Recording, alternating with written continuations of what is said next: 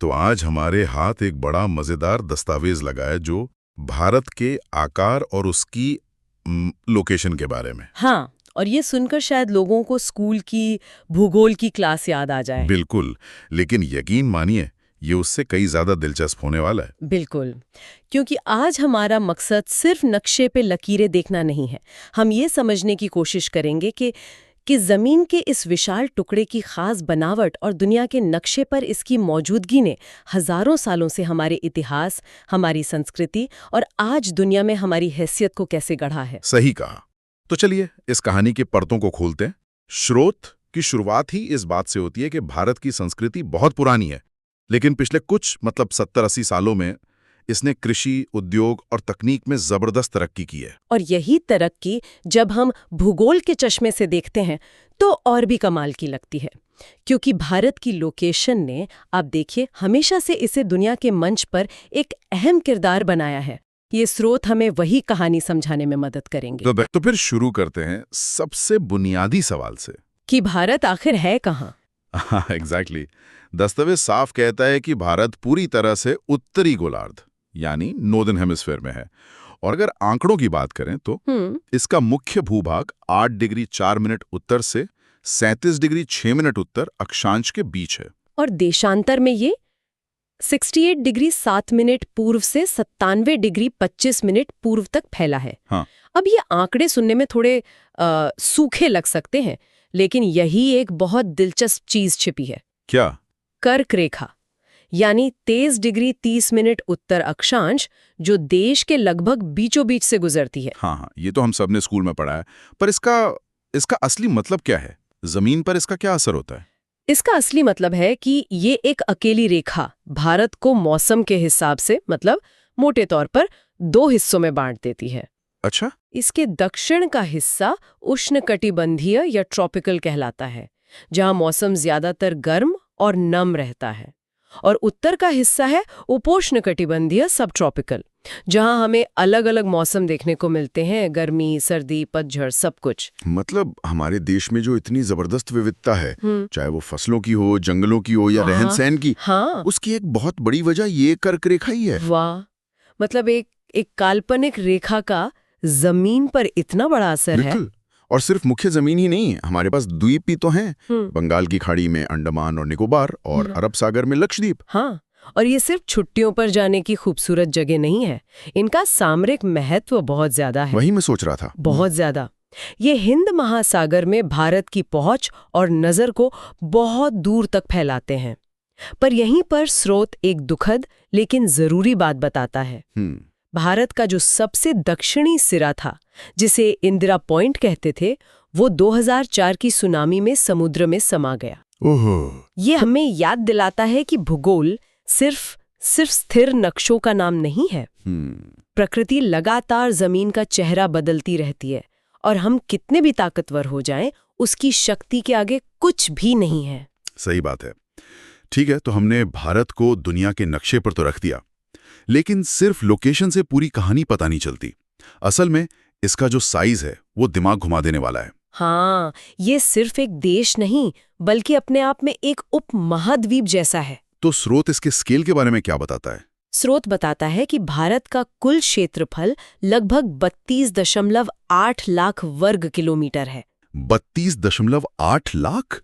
अब ये नंबर इतना बड़ा है कि इसका अंदाजा लगाना मुश्किल है। तो इसे ऐसे समझिए, ये पूरी दुनिया की जमीन का 2.4% हिस्सा है, और हम दुनिया के 7वें सबसे बड़े देश हैं। 7वें सबसे बड़े? और सिर्फ क्षेत्रफल ही नहीं, इसकी सीमाएं भी तो बहुत लंबी हैं। हाँ, और यही बात इसे और जटिल और दिलचस्प बनाती है। हमारी जमीनी सीमा, जो हम अपने पड़ोसियों के साथ साझा करते हैं, वो करीब 15,200 किलोमीटर लंबी है। 15,200। और अगर समुद्री तटरेखा की बात करें, जिसमें अंडमान निकोबार और लक्षद्वीप भी शामिल हैं, तो वो 7,516.6 किलोमीटर है। 7,500 किलोमीटर की समुद्री सीमा। मतलब ये जो कोस्टलाइन है, ये एक तरह से दो-धारी तलवार है। कैसे? एक तरफ तो ये हमारे व्यापार की लाइफलाइन है, दुनिया से जुड़ने का रास्ता, पर दूसरी तरफ ये सुरक्षा के लिहाज से एक बहुत बड़ा चैलेंज भी तो है। बिल्कुल सही पॉइंट पकड़ा। स्रोत में इसका जिक्र नहीं है, लेकिन ये उसी भूगोल का नतीजा है जिसकी हम बात कर रहे हैं। मुंबई के 26/11 हमले याद हैं? वो इसी लंबी और खुली कोस्ट लाइन की कमजोरी का एक भयानक उदाहरण था। यही इस चर्चा का मकसद है, आंकड़ों के पीछे छिपे असली मतलब को समझना। स्रोत भारत की बनावट पर भी ध्यान दिलाता है। उत्तर में हिमालय की विशाल दीवार है जो एक तरह से क्या कहते हैं, पहरेदार का काम करती है। और दक्षिण की ओर जाएं तो जमीन संकरी होती जाती है और एक त्रिभुज की तरह हिंद महासागर में घुस जाती है। यहीं पर स्रोत के नक्शे को देखकर मेरे दिमाग में एक सवाल आया। पूछिए।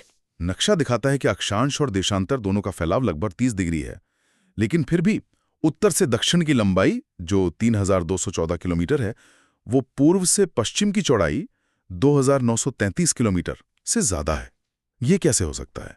अगर फैलाव बराबर है तो दूरी लगभग बराबर होनी चाहिए ना? बहुत बढ़िया सवाल है, और इसका जवाब पृथ्वी के उसके आकार में छिपा है। अच्छा। इसे ऐसे समझिए जैसे कोई संतरा हो। संतरे की फाकों वाली लाइनें देशांतर रेखाओं की तरह होती हैं। वो ऊपर और नीचे मतलब ध्रुवों पर एक जगह मिल जाती है, लेकिन बीच में यानी भूमध्य रेखा पर सबसे ज्यादा चौड़ी होती है। ठीक है। अब चूंकि भारत भूमध्य रेखा के उत्तर में है, तो हमारे यहाँ तक आते आते ये देशांतर रेखाएं एक दूसरे के थोड़ा करीब आ चुकी होती हैं। ओह, समझ गया। इसीलिए 30 डिग्री पूर्व से पश्चिम की दूरी 30 डिग्री उत्तर से दक्षिण की दूरी से किलोमीटर में कम बैठती है। ये छोटी सी बात दिखाती है कि एक गोल धरती को सपाट कागज पर दिखाना कितना मुश्किल काम है। और इसी 30 डिग्री के देशांतरीय फैलाव से एक और बड़ी मजेदार और थोड़ी सिरदर्द वाली बात निकल कर आती है। हाँ, समय का अंतर। बिल्कुल।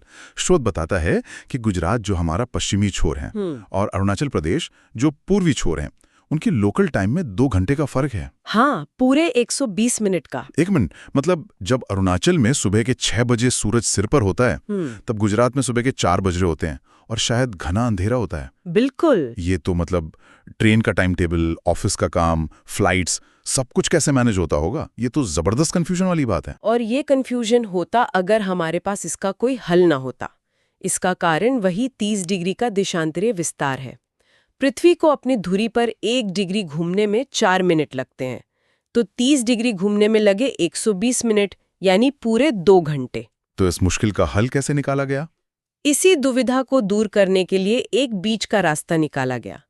82 डिग्री 30 मिनट पूर्व देशांतरीय रेखा को भारत की मानक याम्योत्तर यानी स्टैंडर्ड मेरिडियन ऑफ इंडिया मान लिया गया है। और ये कहाँ से गुजरती है? ये रेखा उत्तर प्रदेश के मिर्जापुर शहर से होकर गुजरती है। इस रेखा पर जो समय होता है उसे ही पूरे देश की सभी घड़ियों के लिए स्टैंडर्ड टाइम मान लिया गया है।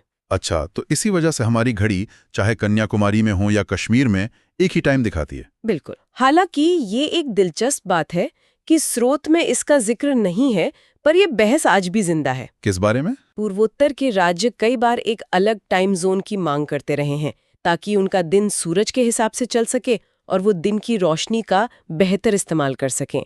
ये दिखाता है कि भूगोल से जुड़ी समस्याएं और उनके हल हमेशा विकसित होते रहते हैं।